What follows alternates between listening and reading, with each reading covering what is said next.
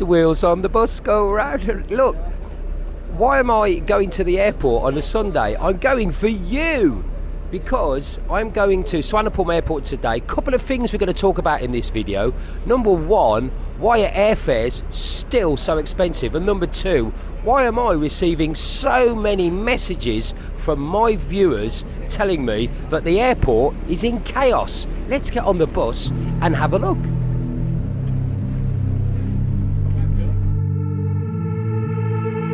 I sat down by the ocean.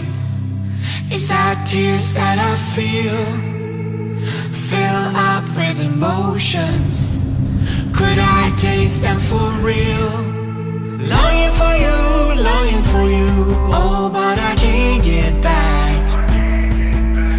What can I do, oh, when your train is gone? Ta-da!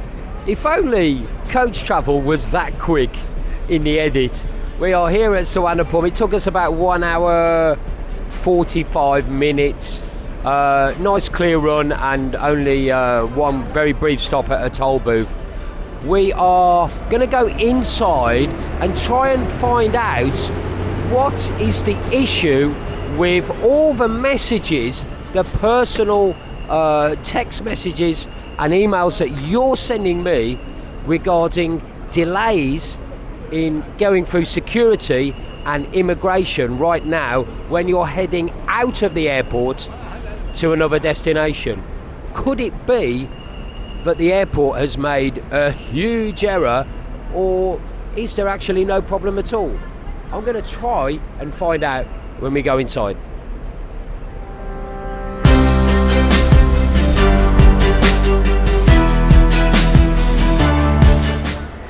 So we've just got to come into the departures area here at Suvanabhumi. The departures is over there, and there are people checking in flights. First thing that you notice is that masks are now not mandatory here at Suvanabhumi.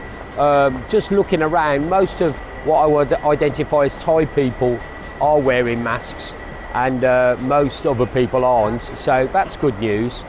I've had stories of people spending about 40 to 45 minutes checking in, and it's always a good job to communicate with your airline, because there are certain airlines that allow you to check in online and check in with a QR code, but there are others that don't. So make sure that you know what the situation is with your airline before you come here to the airport. Once you've checked in, you come here to the international departures area, and this is where problems seem to be happening. I got this message from my good mate Bushman UK. Now Bushman UK likes to come to Thailand, dress up as a tree and jump out and frighten people, but the tables were turned on him because he got a big shock when he went up that escalator about 2 weeks ago. Might be worth letting those heading home know that the bit at airport, once you have checked your bags in, is really slow. Allow an hour just for that bit, if not more. Also, my friend Mark put this on Facebook.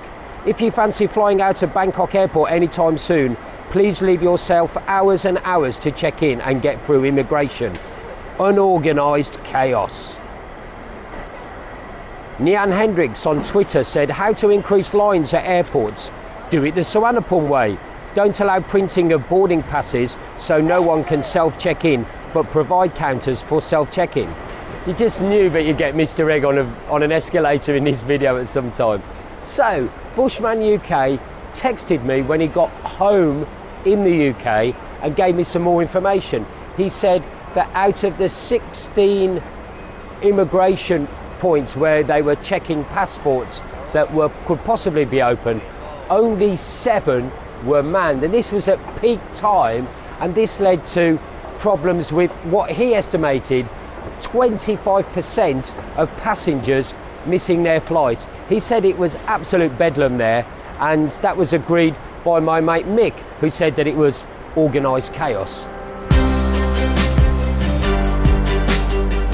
It's a real shame, because during the pandemic all we heard was very positive things about immigration service here in Suvanabhumi. They were getting everybody through during the Thailand pass era very, very quickly. Now it seems to have gone 180 degrees the other way.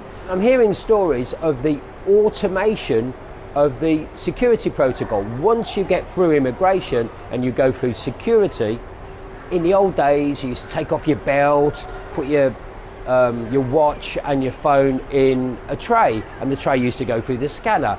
The trays were then returned by hand for the next passengers behind you. They're trying to automate that system and introducing new machinery, and that means that they've had to reduce the capacity in the security areas by 50%.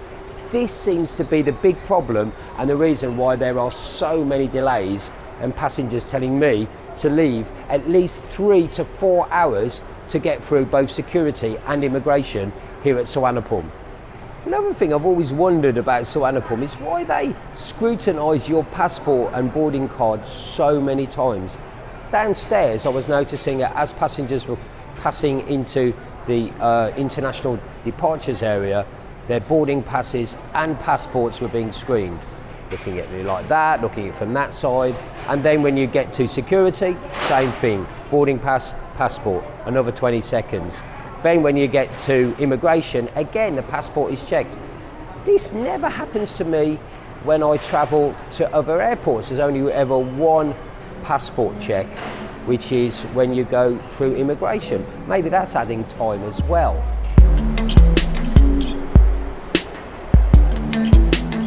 There was an interesting spat a few weeks ago between Thai Airways and TAT, or the Tourist Authority of Thailand. Thai Airways were informing all international passengers departing here at Suvanabhumi that you should leave at least 4 hours to get through security and to arrive at the airport 4 hours before your departure. The Tourist Authority of Thailand immediately released a statement saying that that wasn't the case, and in fact the recommended time for leaving it before you got to the airport was 3 hours before your departure. Why would Thai Airways say 4 hours and then immediately get knocked down by the TAT? I've got a personal issue on this. I personally think that it was something to do with the fact that they wanted rich Thai people that were coming here and departing on Thai Airways to spend more time in the airport buying duty free and using the services there. That may be true, it might be just what I'm thinking, but certainly the recommended time at the moment is 3 hours.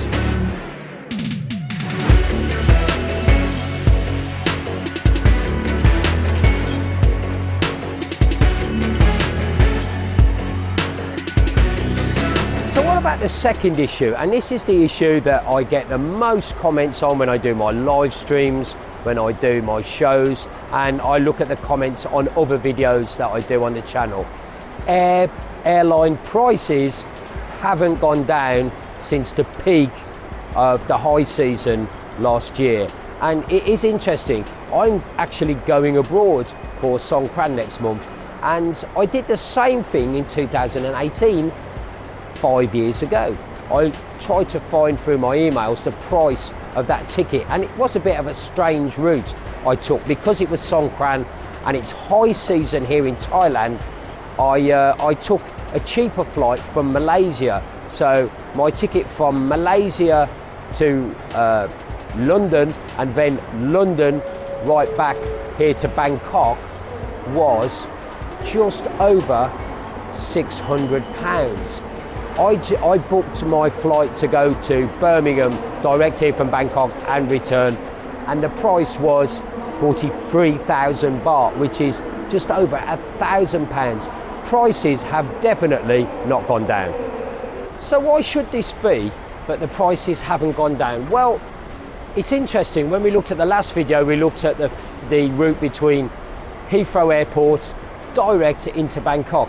Many years ago there were 3 airlines that were flying. Now there's only 2 left, Eva Air and Thai. British Airways still hasn't reinstated that flight, and everybody that's talking to me as they come into Pattaya are telling me that all the direct flights from Heathrow, whether it's either Air or Thai, are always booked. And it's the same for journeys that break up in the Middle East as well. Emirates, Abu Dhabi, they're all really busy, whoops, and full, especially those flights from the Middle East direct here to Bangkok.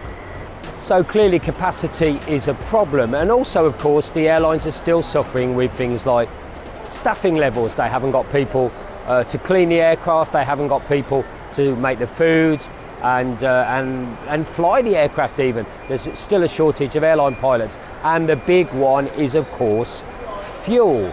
I'm not an expert at this, but it's quite clear that the fuel price compared to 2018 has certainly gone up, if not almost gone up by a third or a half. So that those are the factors that are affecting flight prices. You would have thought in the quieter season that prices would go down, but it seems to me that looking on websites like Skyscanner, that the prices are still at the high level that they were in December and January of this year. So prices are not going down. It's not looking good if you're looking for a cheap flight. And advice that I hear all the time, if you can get a direct flight from London Heathrow for under £1,000, book it now.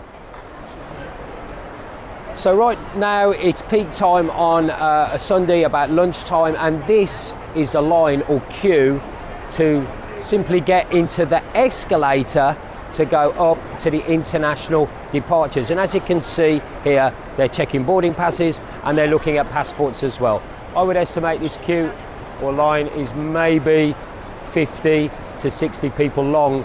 Then you've got to go up the escalator and wait for possibly an hour to get through security, and maybe another hour to get through immigration. So here's Mr. Egg's advice. If you're departing Suvanabhumi airport anytime in the near future, give it at least 3 hours before you get here. As you can see, the queues, this is for check-in for, this is actually to go to Vietnam.